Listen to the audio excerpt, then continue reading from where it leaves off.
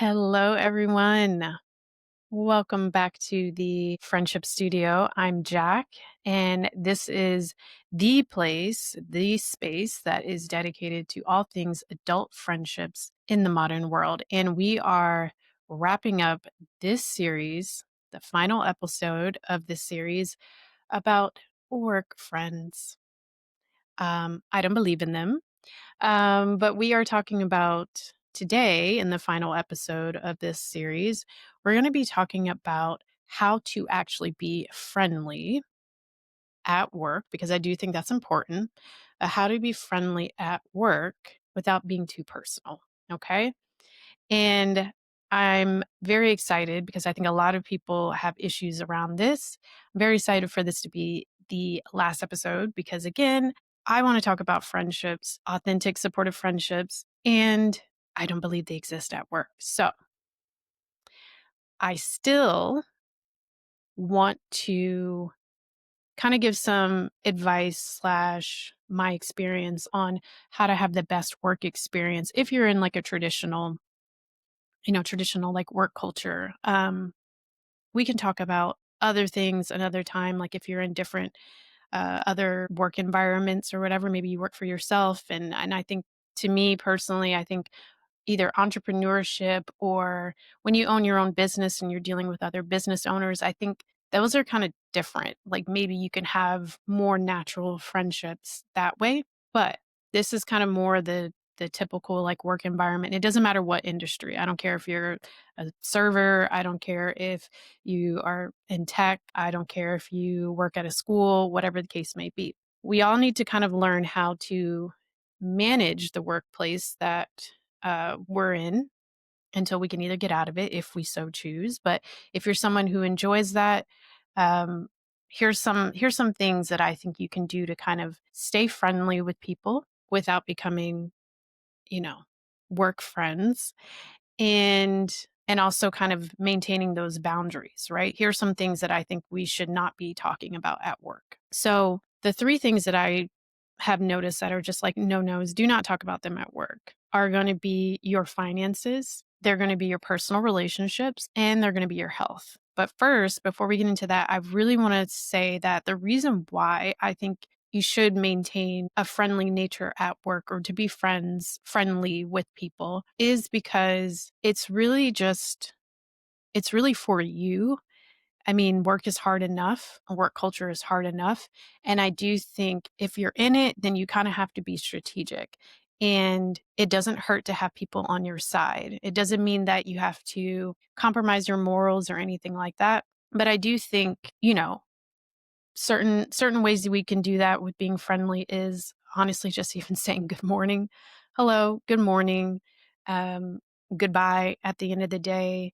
I think, to me, one of the best ways to be friendly is to be supportive at work, and that means doing your job to the best of your ability. That means, um, you know, if people, if you know people need help and you have the ability to help them, I would do that. That's, to me, friendliness.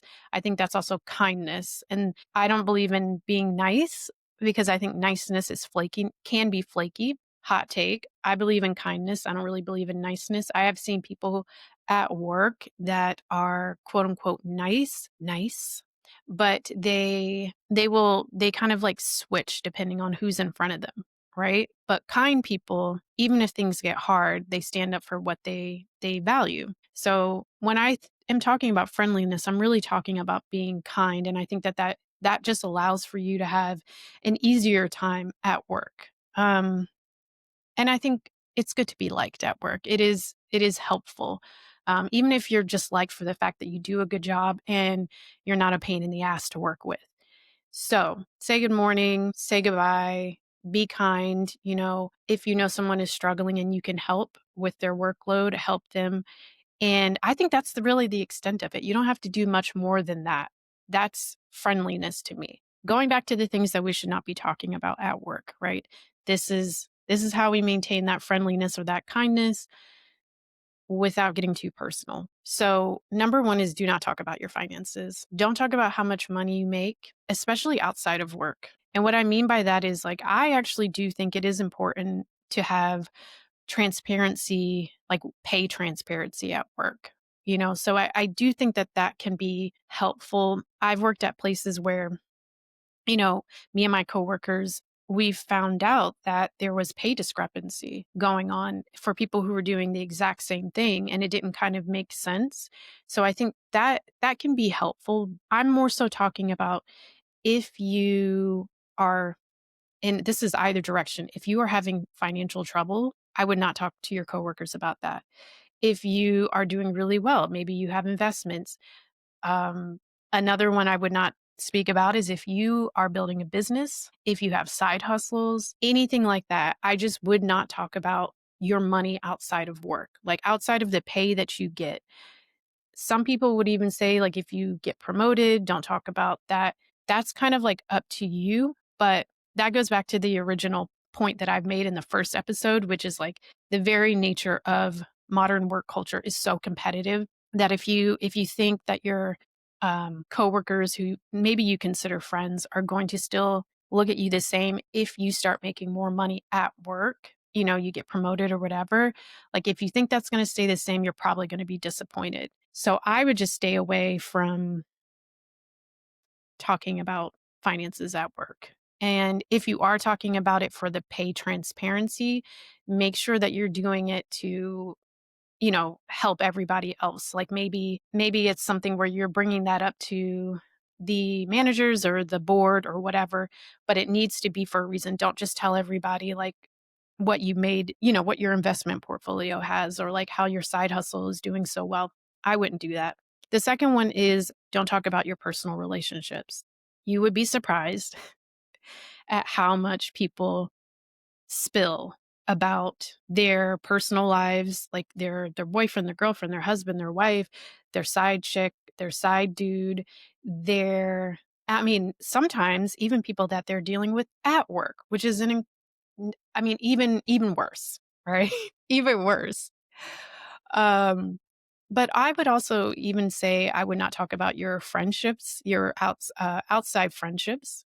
Um, I would not talk about, I wouldn't talk about personal things related to your family. I just would really be mindful that any information that you give can be used against you. And it sucks. But again, this is why I led with the fact that modern work culture is competitive. It is about survival, and it's a game.